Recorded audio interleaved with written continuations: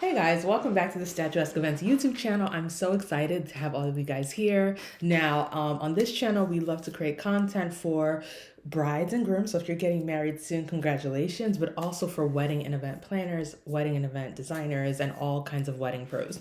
So this video is actually tailored more so for the event pros, but everyone is welcome to watch. And we're going to be talking about how to become a better event designer. Now, contrary to popular belief, you're not just born a designer or not. This is a skill, and skills can always be honed. You can always grow more into it. So today I'm going to talk about a few things that you can use to become a better event designer, right? So in our program, in the Planners Who Profit Accelerator program, we actually have a whole module, right, that helps designers to learn how to become better designers, right? To be more accurate, to inform clients. Of course, especially as an event planner, part of our job is to kind of educate people on the cost of things, on just what it's going to take to execute their designs. And in many cases, people come to you and they have no idea what they want, right? And so it's your idea to kind of pull out their style from them. So we have a whole module about designing, working with people who know exactly what they want, people who don't know what they want, budgeting for design. So all the things that you need to know to become a master designer is literally in our module called Become a Master Designer, within many others that are within the Planners Who Profit program. So if you want to learn more about that, get more in depth and really get like actual tools and price points and things that you can actually work with, I definitely want to encourage you to apply to the Planners Who Profit program. You can do that using the link in the comments. But for today, we're going to get back to the topic, all right? Just a quick reminder, my name's Faye Shaw. I'm the owner of Statuesque Events. We plan weddings and events all around the world, all around the country, and we specialize in modern multicultural events. And like I mentioned already, we also run an accelerator program for experienced wedding and event planners who are ready to get into the high-end and the luxury markets. And you can learn more about that, in the description as well. Today, we're talking about how to become a better event designer. And I have a few pointers for you to think about, for you to write down and really work with, all right? So the first thing I want to talk about is where event design starts. So contrary to popular belief, event design doesn't start when you get to the design portion of your planning process. Event design is actually something that should start in the onboarding, right? When you start onboarding a client, when you're setting expectations with a client about what to expect, even when you're, and ideally in most cases, if you're onboarding a client before they've booked their venue and stuff like that, or even if they've already booked their venue, and you understand some of the constraints that the venue has, like all of this should be factored into the design process. I think one of the things that gets a little tough with event design is that a lot of times it's like, okay, let me just put together some pretty pictures of things that look nice, right? And we'll just go with that. But the thing is that the client has a budget. I tell people all the time, we've done events up to like 600K, 700K. Everybody has a budget, even if people don't come up with one at the beginning, it's possible to not have one at the beginning, but at a certain point, people start to understand what their thresholds are.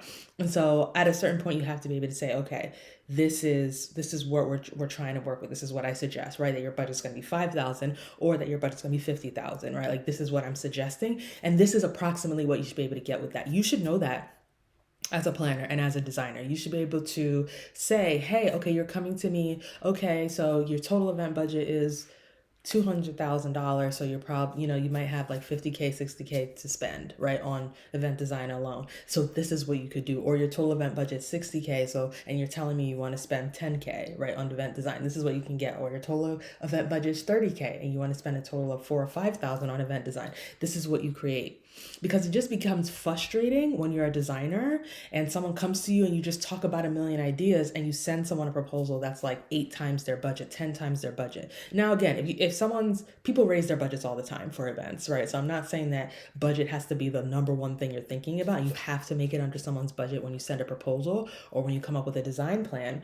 But we gotta act within reason, right? You don't want someone coming to you and they say, hey, this is what I'm thinking, and you have no idea how to get there. And then you send them a proposal for 10 times the amount, and then you're shocked that they didn't move forward with you. You didn't guide them down the path towards what they could actually get, or just inform them if you have a minimum and you only work with this minimum, right? That is your job. That is a big part of being a good event designer. I think a lot of people don't talk about this enough. People just talk about how to make things pretty, how to go viral, right? And how to make big flower centerpieces. But part of design is actually being a consultant and helping somebody to understand what they can get for this and what they can get if they stretch, right? And you should be able to have general ballparks, and you do not need to learn how to become a florist to do this. You do not need to pick up a single flower, create a single centerpiece to know how to do this, right? Again, this is why I said we have a whole module that teaches this, that gives you really the frameworks. And for those who have followed it, they come back and they tell us, man, this was so accurate. This was so helpful for me to be able to come up with a realistic budget. And when I sent out quotes, it was accurate, right? When I requested quotes, it was accurate. The client wasn't frustrated. We were all on the same page moving forward, right? So that's what you want to remember. Event design starts way before you start looking at florists, or way before you start looking at, production companies that do floor wraps and lighting and all that. It actually starts at onboarding. It starts before you make decisions, right? Moving forward. And it starts when you're creating the goals for the event. Now, the second thing that helps you to become a better event designer is creating your own signature style. One thing that I always tell people is that being a designer is like literally people are coming to you for your style. So when someone comes to you, you want to be able to already have ideas of where you're trying to go, right? You should already have some ideas of where you're trying to go. I remember some years ago, I think it was probably about 4 years ago or so, or 5 years ago, I had a mild obsession with all things ombre. And I still do. I still love ombre. But I think because I've gotten to do a couple of ombre events, I'm like good now. But I was just like, man, I need to find a client who understands how gorgeous ombre is, how gorgeous it is to have ombre centerpieces, and how gorgeous it is to have an ombre backdrop. Like if I meet the right client that wants that, like I'm ready to go. So I already had ideas in my mind of, oh, I really want to execute this style, of, oh, I really want this kind of greenery wedding, and oh, if I had this kind of ceremony backdrop, oh, this is what would be beautiful there. You should already have your own signature style and signature ideas, because you will meet clients who are like, I don't know what I want. I've met clients who, they just know they want a nice wedding. They don't want it to be janky. They don't want it to start late. You want it to be gorgeous. And I'm like, okay, what colors do you have in mind? And they're like, I have no idea. And I say, that's okay. Again, I'm just letting you know, if you're an experienced planner, you should not require your clients to already know what they want. You should know how to pull what they want out of them. And that's one of the things that we teach in our process, right? And in our program, how you can pull other people's style out of them.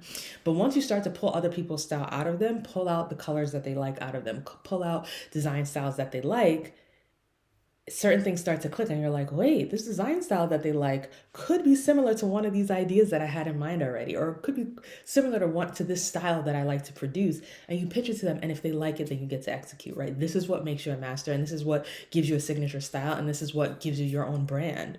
A lot of times we like to talk about branding in the term of, taking new headshots and putting, building a new website and getting a new logo. But as an event planner, the truth is your brand is actually in your work. I think this is true of anybody actually, but it's in the consistency of your work. So are you consistently producing events that are of a certain style? Or maybe you're consistently producing events that are unique to the person, right? But they're all still beautiful regardless of the color scheme, regardless of the location.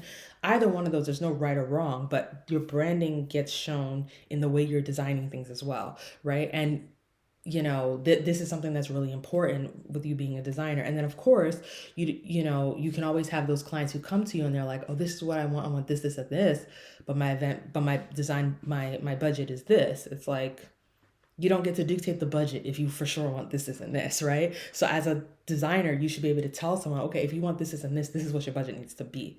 All of this it's like all mixed together, so you can consult with people and help them to make the right decisions to get there. We don't want people to run out of money because they spent on everything else and they thought design was going to be 5K and it ended up being 50. You have to consult people throughout the process, right? So these are things that help you with being a designer. You having your own signature style that you can suggest to people, as you're working through the process. And the third thing that'll help you to become a better designer is just overall curiosity. Just curiosity, curiosity, curiosity. I know many of us can probably think of people who, maybe 20 years ago were doing events, and now 20 years later, their events all look the same. They look and feel the same because they're like, this is how you do it. I can think of certain cities and states that we work in where, venues are like, this is just how we do events. This is just it. And that's it. There's no curiosity. There's no change. There's no flexibility. This is what we do, until you introduce something new to them. And so being an event designer, you have to be curious, because the fact of the matter is that events 20 years ago were like chair covers, Those things that we hate right now. Chair covers were, what were people doing? People were using a lot of tulle on ceremony displays. People were just doing all kinds of stuff that we're not doing now.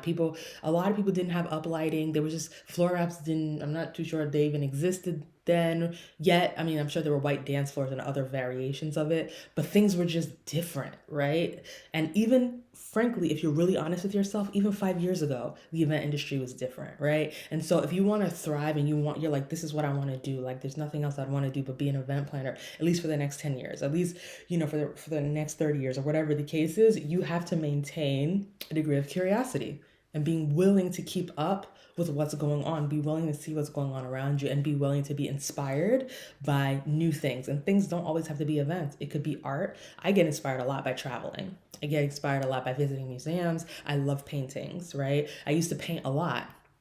Probably should get back to that. But I used to paint a lot. Like I get inspired by those sorts of things. I get inspired by oil pastels. I get inspired by the use of color. Like I get inspired by a lot of things.